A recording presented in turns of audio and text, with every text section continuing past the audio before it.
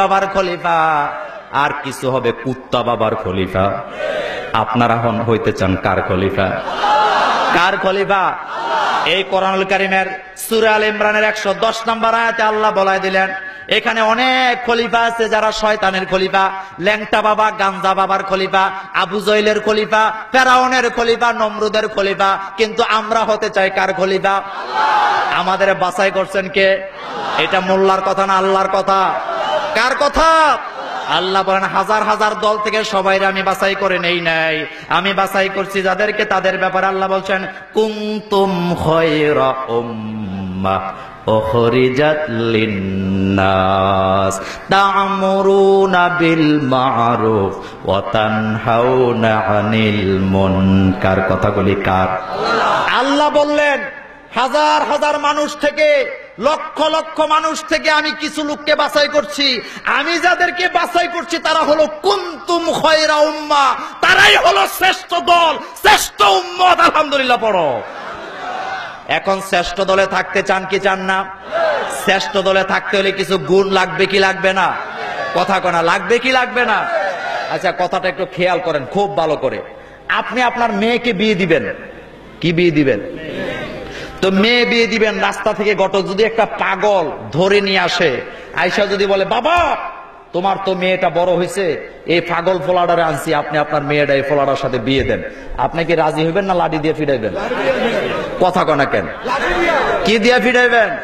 কবেন বেটা ফাজলামি করস, আমার মায়া হলো এমএ পাস, আর তুই বাজারের একটা পাগল ধরে লয়েছিস বেটা বিয়া দেওয়া, আপনি কি দিবেন?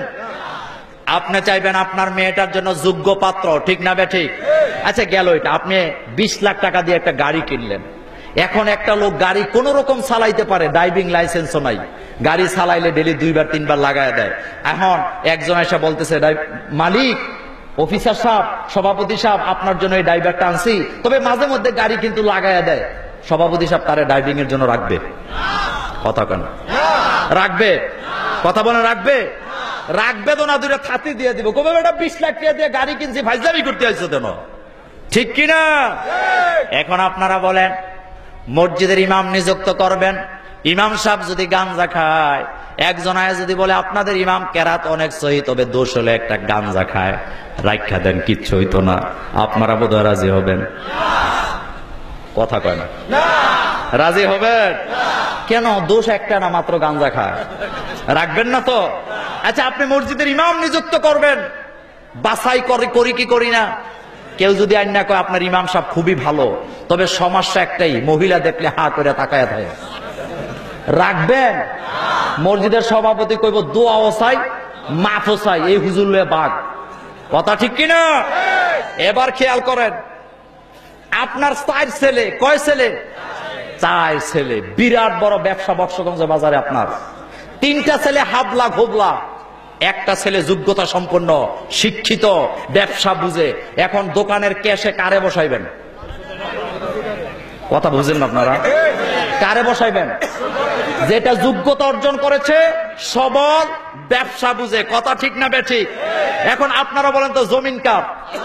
আইন চলবে কার? তো আল্লাহর আইন প্রতিষ্ঠা করার জন্য আল্লাহ তার কিছু লোককে বাছাই করবেন।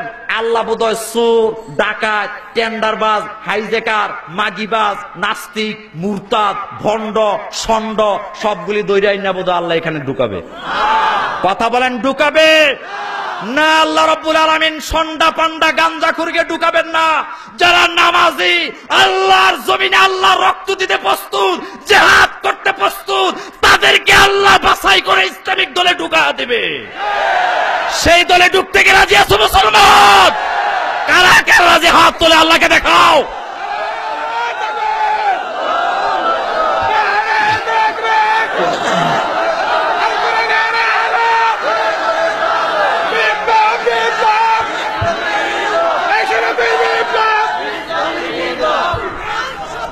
আমার ভাইরা কথা কি আপনারা বুঝেন?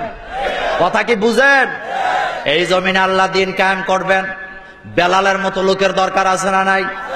হযরতে বেলাল, তার কোনো দোষ ছিল না, তিনি চোরও ছিলেন না, ডাকাতও ছিলেন না, তার দোষ ছিল তিনি জিকির করতেন কার? আহাদ আহাদ বলতেন, ঠিক না বেঠিক? উমাইয়া তাকে ধরে নিয়ে গেলেন, নেওয়ার পর উমাইয়া প্রথম তাকে ভয় দেখালেন, মাইরের, কতলের, ফাঁসির, ঠিক না বেঠিক? বেলাল বোধহয় ভয় পাইছিল, বেলাল বোধহয় ভয় পাইছিলেন। বেলাল সিনাটা টান করে বললেন, উমাইয়া, এতদিন আমার আল্লাহর জমিনে তুই অনেক নাফরমানি করেছস, বেয়াদবি করেছস, তোর দিন এখন শেষ, তোর কথা আমি আর মানি। আমার জন্য কে আছে? আল্লাহ ছাড়া আমি কাউকে ভয়। এবার উমাইয়া লোক লাগালেন বেলালকে মারার জন্য। এগুলি হাদিসে আছে না নাই? বেলাল বোধহয় মাইর খাইয়া ভয় পাইছেন, পিছু হটছেন।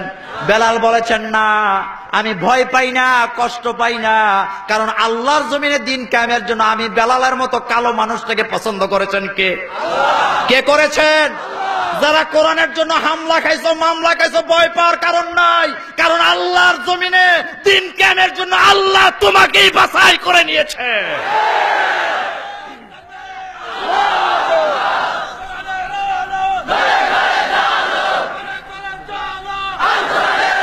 সুতরাং ভয় পাওয়ার কোনো কারণ, ভয় পাওয়ার কোনো কারণ। এবার বেলালকে ধরে নিয়ে গেল মরুভূমির প্রান্তরে, এটা হাদিসে আছে না নাই?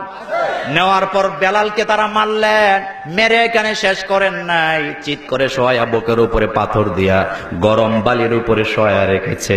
হযরতে বেলাল পাথরের নিচ থেকে শ্বাস নিচ্ছেন আর জিকির করতেছেন কার?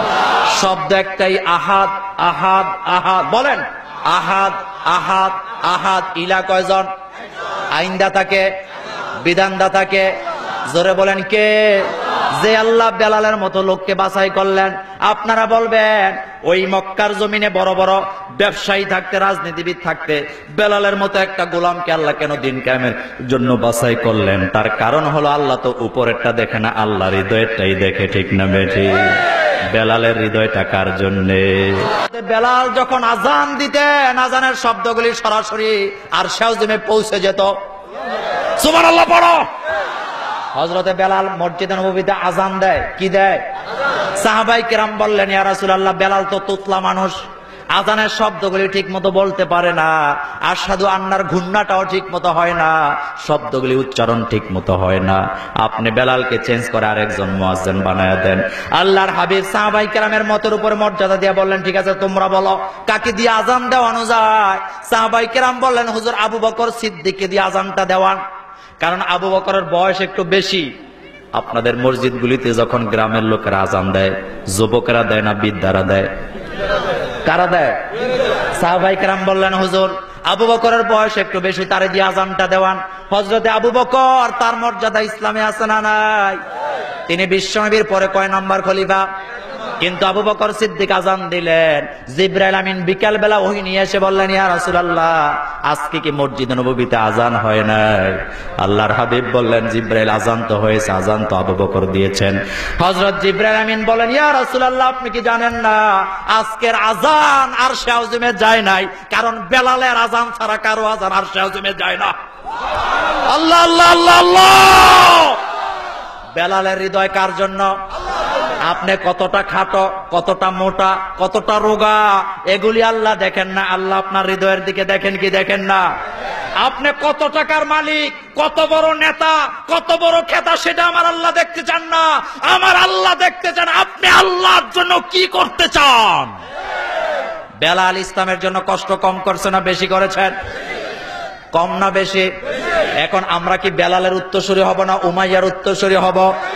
আমাদের কলিজাটা ছিঁড়ে যদি ফানা ফানা করে দেওয়া হয়, এরপরে আমাদের রক্ত এক ফোঁটা থাকতে থাকতে আমরা বলবো, লা ইলাহা ইল্লাল্লাহ,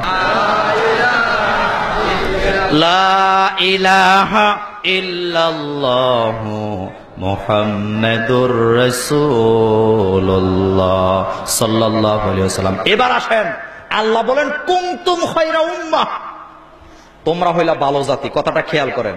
আপনাদের এলাকায় গাঞ্জাখুর আছে না নাই? সবাই কয় না। তাস খেলুন না?